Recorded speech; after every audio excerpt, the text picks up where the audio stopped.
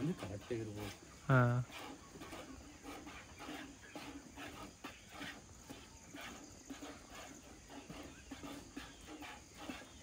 ನಾವು ನಮ್ಮ ಮೈಯಾರು ಒಂದು 16 ವರ್ಷ ಮಾಡಿದ್ವಿ. ಹ್ಞೂ ಹ್ಞೂ ಅವ್ರು ತೀರೋದು. ಹ್ಞೂ ಅವ್ರಿಗೆ ತೀರೋದು ನಾವು 7ನೇ ಕ್ಲಾಸ್ ಓದಿದ್ವಿ ನಾವು ಅಷ್ಟೇ, ಜಾಸ್ತಿ ಓದಿದ್ವಿ. ಅವ್ರ ಕನ್ಸೆಪ್ಟ್ ಮಗನಿಗೆ ಕೊಡಲೇಬೇಕು ಅಂತೇಳಿ ಹ್ಞೂ ಅವ ನಮಗೆ ಇದು ಮಾಡಿ.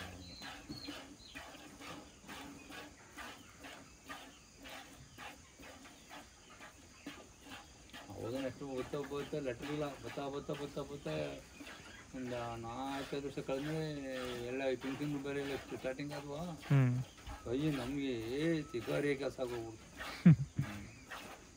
ದಿನ 50,000 ರೂಪಾಯಿ ದುಡ್ಡು, 50-60 ರೂಪಾಯಿ ದುಡ್ಡು ಒಳ್ಳೆ ತಿನ್ಕೊಂಡಂತೆ ಆಗೋಗ್ಬಿಡ್ತು. ಹಾಂ.